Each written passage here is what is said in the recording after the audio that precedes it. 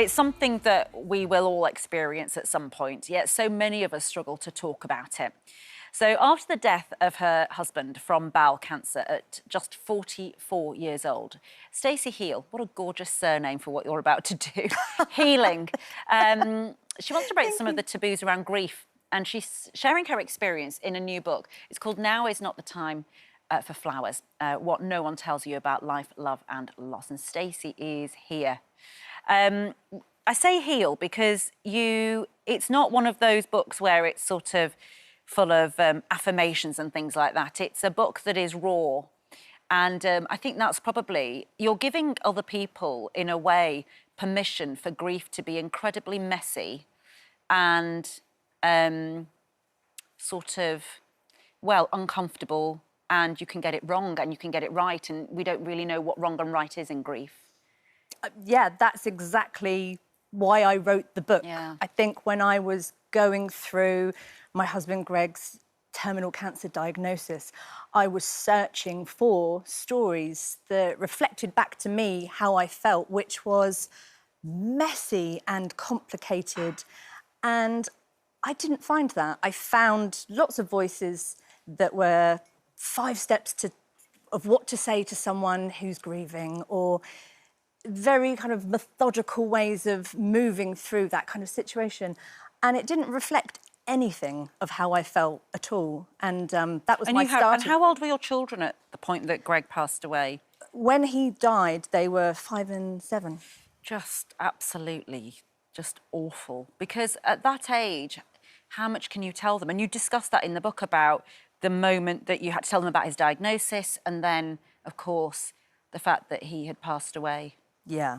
The toughest days of my life, I would say, Yeah. is the day where we had to tell them that he was going to die. When we were told that he had weeks to live, we had to tell them, obviously, and it's really important of like how we talk to children in those spaces, because we like to think that, you know, they don't really know what's going on, but they do. They really do, because they sense things, and they really need to be told quite factually what's happening. And what I think is really interesting in the book as well is that you say that let's not mistake the fact that kids then can go, OK, can I go and play next door now? Yeah. Or can we go to the park now? Like that sort of, it looks like resilience. It looks like that playing around in a garden centre is them sort of, oh, they're coping really well, you know.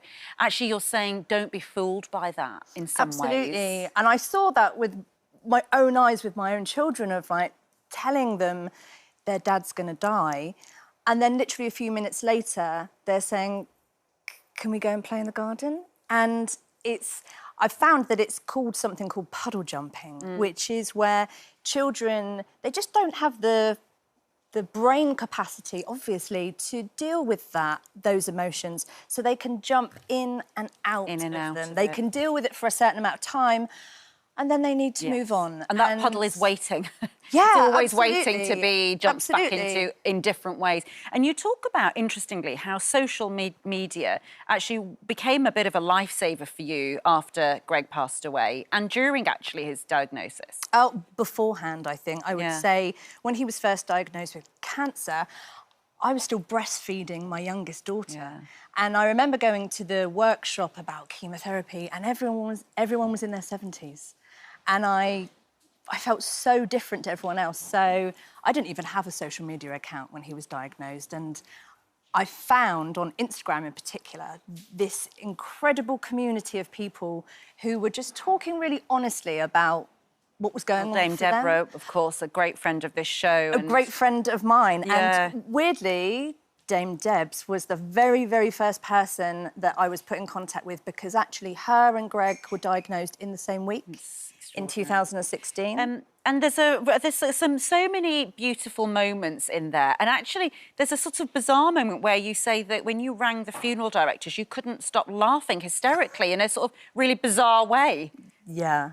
Well, no one tells you what that experience is like. Yeah. And it hit me that I had no idea what to say to them, because how do you know? So all this How do nervous you know? laughter kept bubbling up. I mean, and that is the thing about trauma and grief and death, is that there's no rule book, and no one.